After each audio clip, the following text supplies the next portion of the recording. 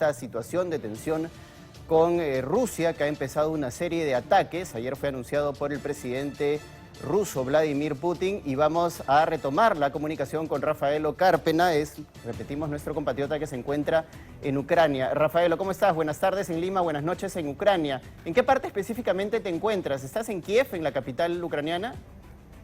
Buenas noches, Paco, desde Kiev. Sí, me encuentro actualmente en Kiev, en la capital ucraniana. Ahora, Rafaelo, cuéntanos un poco cuál ha sido la situación en estas últimas horas en la capital ucraniana. Ayer veíamos por la madrugada aquí en Lima los despachos de las cadenas internacionales y ya se habían escuchado una serie de explosiones y se había dado cuenta de una serie de ataques muy cerca de la capital de Ucrania. ¿Cuál es la situación de la población civil a esta hora de la tarde para nosotros aquí en Lima? Bueno, Kiev, por lo menos el centro de Kiev y los suburbios son una ciudad fantasma en este momento. Todos los que han tenido la oportunidad de coger su vehículo y escapar de la ciudad lo han hecho o lo están haciendo. Durante el día hemos visto un éxodo de familias con sus equipajes, enseres y alimentos, incluso sus mascotas, tratando de escapar de la ciudad inmediatamente. Las gasolineras han estado abarrotadas durante más de 10 horas. Ya se encuentran desabastecidas de combustible las principales cadenas gasolineras en la capital. Rafaelo, ¿cuál es la situación en el aeropuerto internacional de Kiev, que me imagino a esta hora de la noche para ti ya se encuentra cerrado, y lo que estamos leyendo a través de las redes sociales es que han cesado las operaciones de vuelo en los principales aeropuertos del país? Sí, los vuelos comerciales hacia Kiev y desde Kiev fueron disminuyendo progresivamente la semana anterior.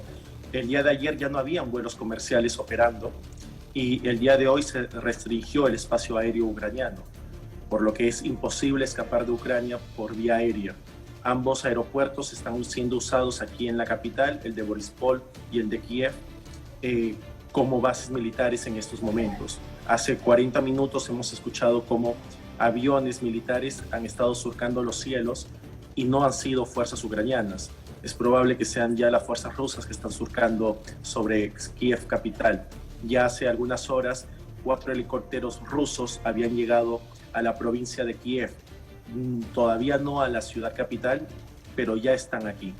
Ahora, Rafaelo, esto evidentemente, y lo que tú nos estás contando, va más allá de estas acciones militares que en un primer momento anunció el presidente ruso Vladimir Putin, que iban a ser precisamente, más que nada, en las regiones de Donbas. Sin embargo, ya están entrando y ya se están produciendo este tipo de incursiones militares y armadas a la mismísima capital ucraniana. Sí, es importante señalar que Bielorrusia es un aliado de Rusia en esta incursión. 150.000 soldados rusos están en la frontera ucraniana-Bielorrusia y esta frontera está a tan solo 80 kilómetros por tierra de la capital Kiev. En menos de una hora pueden llegar aquí a la capital y hacerse con el control de la ciudad, por lo que la población que no ha podido escapar tiene la orden de dentro de 2 horas y media, a las 10 de la noche, hora de Kiev, buscar refugio en los búnkers subterráneos que hay, herencia de la época soviética. Las estaciones de metro más profundas del mundo están aquí en Kiev y van a servir como protección a los ataques aéreos que se estiman llegarán en las próximas horas. Ahora, desde las autoridades locales de Ucrania, Rafaelo, a la población civil ya se le ha dado un tipo de indicación y de protocolo de cómo es que deben evacuar precisamente sus viviendas y hacia qué lugares dirigirse para protegerse ante un eventual ataque aéreo de las fuerzas rusas. Sí, ya que la red de túneles subterráneos para el metro es completamente vasta y abarca toda la ciudad de extremo a extremo, la orden es que todas las familias que no hayan podido evacuar la ciudad se refugien a partir de las 10 de la noche, que el sistema de metro queda totalmente suspendido en las estaciones de metro subterráneas. Asimismo, hace 3 horas el ministro de Defensa ucraniano pidió que todos los jóvenes mayores de 16 años se queden en sus respectivas regiones a hacerle frente a la ocupación ucraniana y se les dará un arma de asalto automática, una pistola o un rifle automático con tal de que entreguen a cambio su pasaporte. Esto con la finalidad de que no busquen huir y se mantengan en el país. Ahora, la otra información que tenemos es que desde el gobierno desde el gobierno ucraniano ya empezó a regir la ley marcial, es decir, esto implica el recorte de alguna serie de derechos fundamentales porque están y se consideran estar en un estado de guerra. Sí, efectivamente, desde la medianoche de ayer, incluso antes de la declaratoria de guerra oficial por parte del presidente ruso Putin, se instauró la ley marcial en todo el territorio ucraniano. Si bien no hay un toque de queda, se estima que en las próximas horas el toque de queda sea progresivo, desde las regiones del Donbass al este de Ucrania, hacia el centro de la ciudad y las principales poblaciones en todo el país. La ley marcial permite que las fuerzas de seguridad internas, militares y policiales, puedan restringir, limitar los derechos fundamentales de las personas, como la inviolabilidad de domicilio. Incluso los arrestos podrían ser arbitrarios, pero esto en caso de desorden interno. Por lo que he podido ver, la población ucraniana es muy cívica y muy patriótica, y a pesar de toda la tensión y el estado de emergencia y pánico que se ha percibido en las primeras horas de la mañana, han sido muy ordenados y respetuosos, tanto en las colas para las estaciones de gasolinerías, bancos, farmacias y supermercados. No ha habido vandalismo, no ha habido saqueos, no ha habido un desorden general, incluso el tráfico ha sido constante, pero ha fluido. Entonces, no se ha llegado a los extremos de que las autoridades y las fuerzas policíacas y militares se tengan que enfrentar o contener a la población.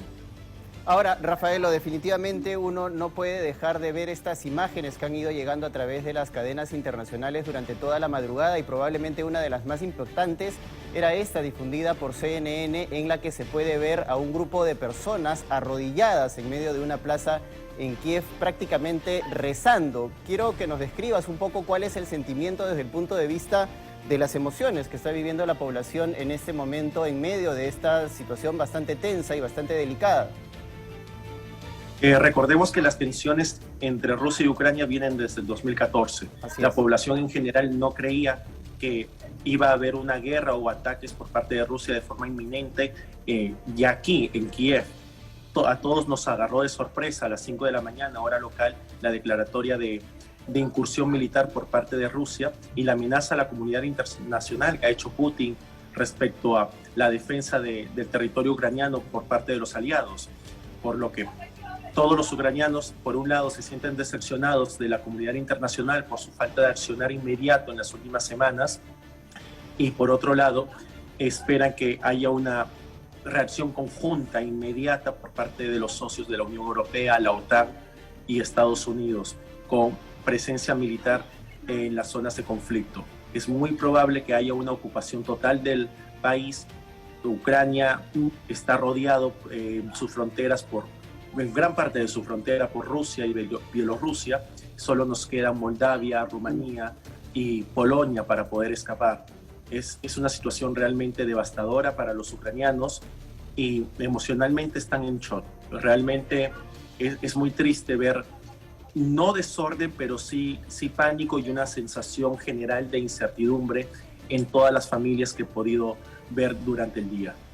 Ahora, Rafaelo, ¿cómo vas a hacer tú para poder abandonar el territorio ucraniano? Yo tengo entendido que tú te encuentras de manera circunstancial en Ucrania y que hay más. Quería saber también si es que hay más peruanos con los cuales tú has podido entrar en contacto en medio de esta situación, o si has podido comunicarte con el consulado peruano en Kiev. Sí, recordemos que la población peruana en Kiev es muy pequeña, no solamente en Kiev, sino en todo el país. Este país de Europa del Este enfrenta temperaturas muy frías, sobre todo para nosotros. En estos momentos estamos en verano. Actualmente estamos a -4 grados de sensación térmica. Y la mayoría de estudiantes, de personas de Latinoamérica que están aquí en el país, son estudiantes universitarios de intercambio o de carreras muy específicas, ingeniería nuclear, medicina o trabajadores de barcos mercantes. Los pocos peruanos que estamos en el país no llegamos a ser 50, por lo que tengo entendido. Y aquí en la capital, de acuerdo a los grupos de Facebook y redes sociales con los que he estado interactuando, no seremos más de 20. Al no tener una representación diplomática de carrera permanente, solo un consulado honorario en Kiev, el cual ya no tiene personal laborando más que el cónsul honorario, estamos a la merced de la jurisdicción del Consulado General de Perú en Varsovia, en Polonia. Pero pues no hay forma de llegar vía aérea más que la terrestre, por lo que en estos momentos la asistencia consular desde Perú es realmente muy limitada. Ahora, Rafaelo, ¿cuánto, para que nos hagamos una idea todos, incluidos nuestros televidentes, qué distancia hay desde Kiev hacia la frontera con Polonia, que sería la ruta de más rápida salida del país para los peruanos que se encuentran toda vez que en Polonia sí hay representación diplomática peruana?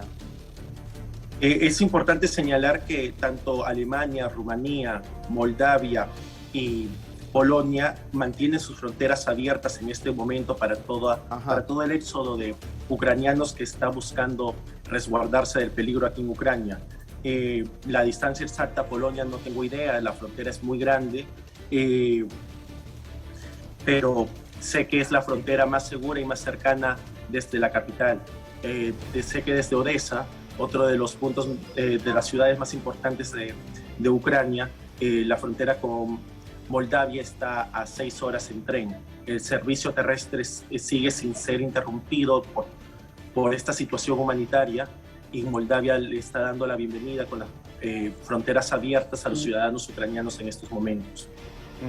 Claro, y también hay que pensar evidentemente en la situación humanitaria que esta acción militar por parte de Rusia va a generar, es decir, van a empezar a haber desplazados desde Ucrania a distintos países de Europa del Este y evidentemente la situación se va a complicar desde el punto de vista humanitario también. Sí, la presencia de ACNUR, del Alto Comisionado de Naciones Unidas para los Refugiados y del Comité de la Cruz Roja Internacional no ha cesado. Estos organismos internacionales han mantenido de forma permanente, a pesar de las amenazas que hemos visto en las últimas semanas del peligro inminente de guerra, el personal internacional se ha mantenido aquí. Rumanía, por ejemplo, fue uno de los primeros países en declarar que se prepara para recibir refugiados ucranianos, por lo que creemos que en caso de desplazamiento, somos aquí en Ucrania 50 millones de habitantes, en caso de desplazamientos va a ser indispensable la ayuda de la comunidad internacional y de los vecinos inmediatos de Europa del Este. Ahora, Rafaelo, me gustaría que tú, dentro del conocimiento que tienes de lo que significa Ucrania para Europa del Este y para Europa en general, ¿cuál es el impacto que va a tener esta situación bélica para el resto de Europa? Es decir, hay definitivamente una serie de situaciones relacionadas a recursos naturales y a una serie de cuestiones estratégicas que van a tener un impacto en medio de esta situación de conflicto.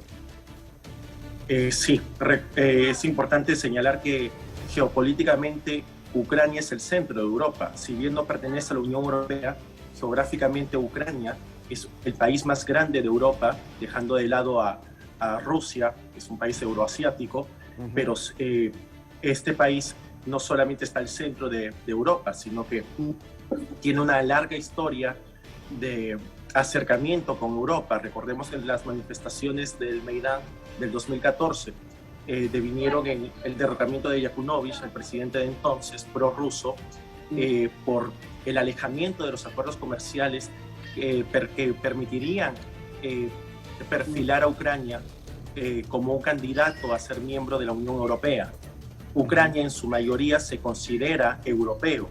El lema desde el 2014 de la población ucraniana es que Ucrania es Europa, no es Rusia, por lo que las pocas poblaciones rusoparlantes, quienes migraron desde la Rusia soviética a comunidades como en Luhansk y en Donetsk, en el Donbass, fueron trasladadas en la época soviética para trabajar en actividades mineras. El Donbass es una importante región de recursos minerales, la mayor reserva de acero para la Rusia soviética venía de allí, por lo que cuando se disolvió la Unión Soviética y Ucrania se vuelve república en el 92, quienes continuaron habitando las regiones del Donbass venían de una herencia rusa y se sienten hasta el momento rusos. Esa es la justificación que tiene Vladimir Putin para sus operaciones de mantenimiento de la paz, como las llama estas incursiones militares, en defensa de sus nuevos ciudadanos rusos, a quienes indiscriminadamente ha estado repartiendo pasaportes rusos para justificar así la defensa de sus ciudadanos. El inicio de una guerra aquí en el centro de Europa, en Ucrania, involucra inmediatamente a Alemania, a Suiza, a Finlandia, que son países neutrales que por primera vez en su historia van a abastecer de armamento a un país en guerra. Suiza y Finlandia nunca han abastecido... hola. Sí, adelante, Rafael. Perdí el video, pero te escucho. Suiza y Finlandia nunca han abastecido de armamento a países que ya están en un conflicto bélico, pero en este caso van a ser una excepción por cuanto consideran que no abastecer de apoyo armamentístico a Ucrania sería apoyar al atacante, que en este caso es Rusia. También la cuestión energética de combustibles es un tema también central para toda Europa, sobre todo para Alemania y para todos los países de la Unión Europea. Es importante recordar que desde la península de Crimea vienen muchos recursos energéticos desde el Medio Oriente, y tener el control de la península y los gasoductos implicaría que Rusia tenga la llave de gran parte del suministro energético de la Unión Europea.